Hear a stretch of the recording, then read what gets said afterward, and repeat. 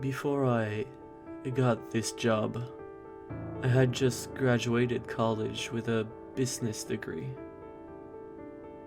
You all may be wondering why I didn't start my own business.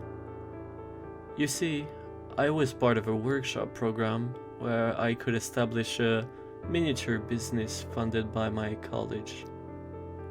I started a firm which sells toys of Ronnie McNutt.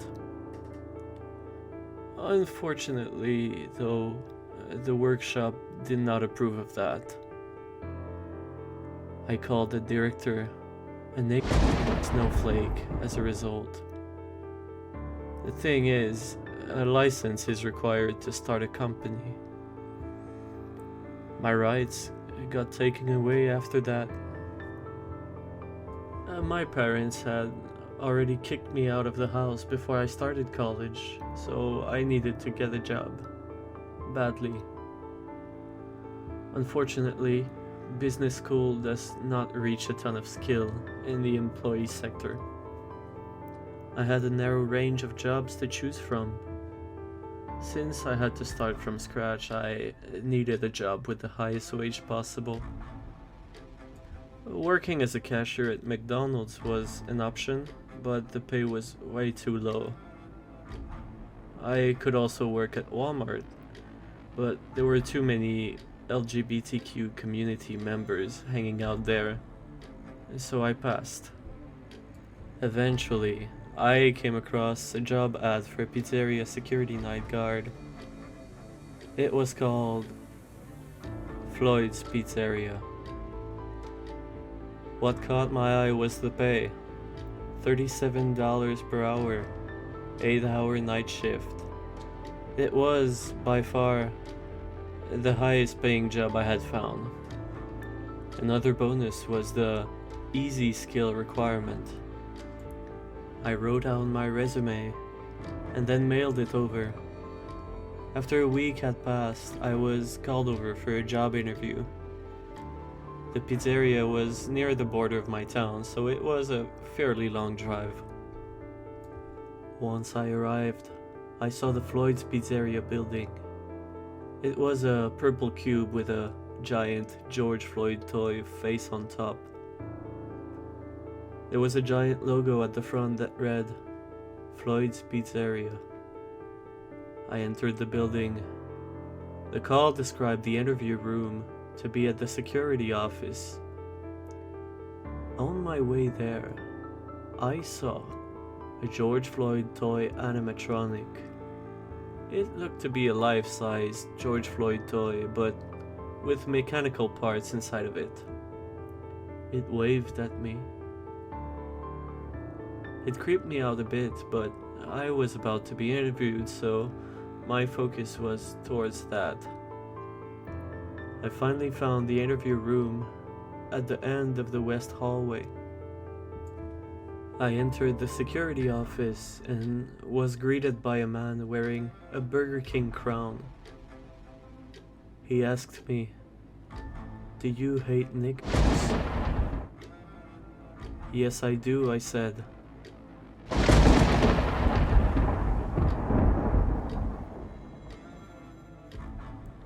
I was so happy. I was now hooked up with an easy job, I thought, with a good pay. Show up at 10 p.m. No earlier, no later, he said. He then left the building. I spent the rest of the day hyped for this job. 10 p.m. came to be. I made sure to arrive at the security at 10 on the dot. The security office was full of technical equipment. There was a giant screen which was labeled surveillance. There were 2 doors on both ends of the room. They appeared to be electrically powered. I spotted a letter at the front of the security camera monitor. It read, "Welcome to your first night of your security night job at the Floyd's Pizzeria facility. This is a list of rules you must follow. Read carefully. Number 1. Do not leave the security office unless instructed to do so. Number 2. Leave the doors open to preserve power. Number 3. If you hear footsteps near you, close the doors immediately and do not breathe, or else it will hear you. Number 4. If you see a George Floyd animatronic stare directly at the camera, do not be alarmed. It is normal. Number 5. If you hear "I can't breathe" from a camera's audio feed, leave the office and go into the corresponding room. Use the oxygen tank in the room to refill the George Floyd animatronic with air until it is recharged. Number 6. If you feel cold air, stay as still as possible. Do not close the doors. It means that the George Floyd animatronic is just enjoying the fresh air. And finally, number 7. If you hear breathing near you, run out of the facility as soon as possible. Do not look back. Drive away as far as you can. After reading the list of rules, I would be lying if I said I didn't feel a bit nervous. But then I remembered the high pay. It should be worth it if I follow the instructions, or so I thought to myself. I turned on the cameras. There were various rooms to inspect: the auditorium, the kitchen, the tables, the birthday room, and the ventilation room. I took a look at the auditorium room. There was a stage with a George Floyd toy animatronic staring eerily at the observer. But I remembered rule number 4. It is not harmful. I switched to the kitchen camera. There was a ton of pizza, but I noticed some odd ingredients used. Fentanyl tablets were used in replacement of pepperoni. I was cut off by the sound of footsteps. Rule number 3 popped into my head. If you hear footsteps near you, close the doors immediately and do not breathe, or else it will hear you. So I closed the doors and held my breath. I heard a knock on the door. I just froze still. 8 minutes and 46 seconds of silence passed. I then called it safe. I opened the doors back up. I continued looking through the cameras. I switched to the birthday room. There was leftover pizza on the tables. I then saw the George Floyd animatronic come into the room. It gobbled up the fentanyl pepperoni. It then started choking. "I ate too fast. I can't breathe," it said. I remembered rule number 5. I went into the party room. There was an oxygen tank at the corner of the room.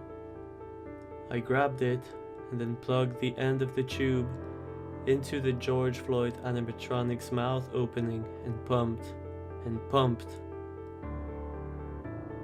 After it was refilled, the George Floyd animatronic said, "Yay, I can't breathe again." I ran back to the security office. It was now 2 a.m. I was not expecting to be this tired. I was dozing off, closing my eyes. I was trying to fight my urge to fall asleep, but I failed. I went out cold. I think I slept for around 20 minutes. And when I woke up and looked at the clock, it was 2:20 a.m.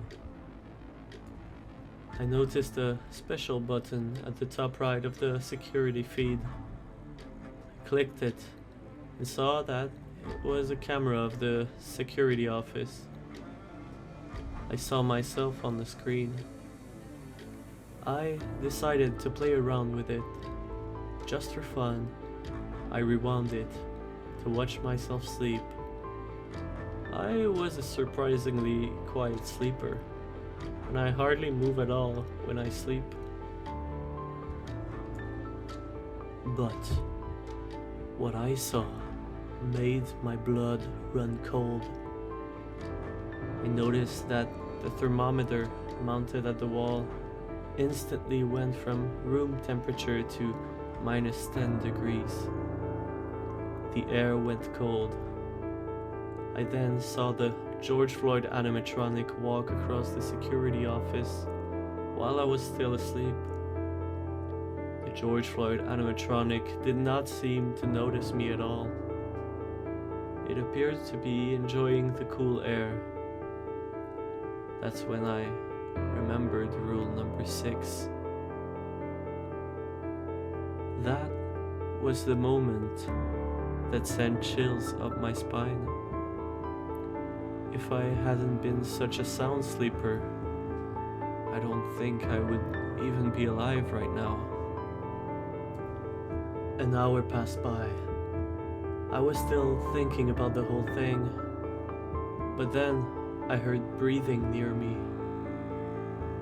It was rule number 7.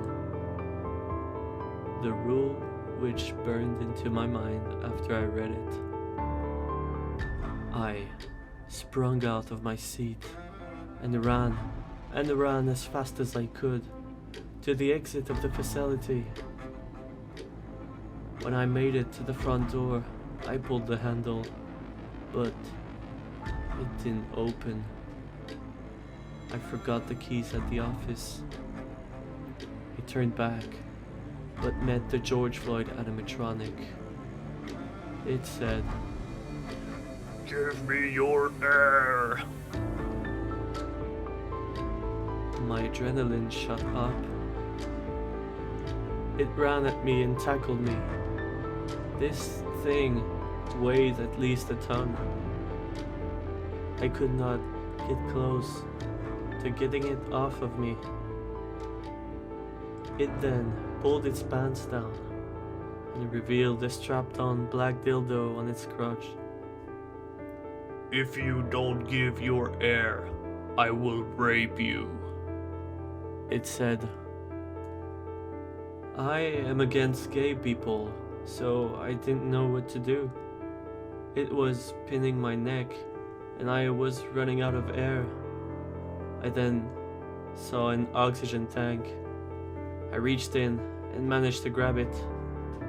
I then stabbed the sharp nozzle into the George Floyd animatronic's chest. I heard air rushing out. "Ah, shit! I can't breathe," it said. Its weight on me started to reduce.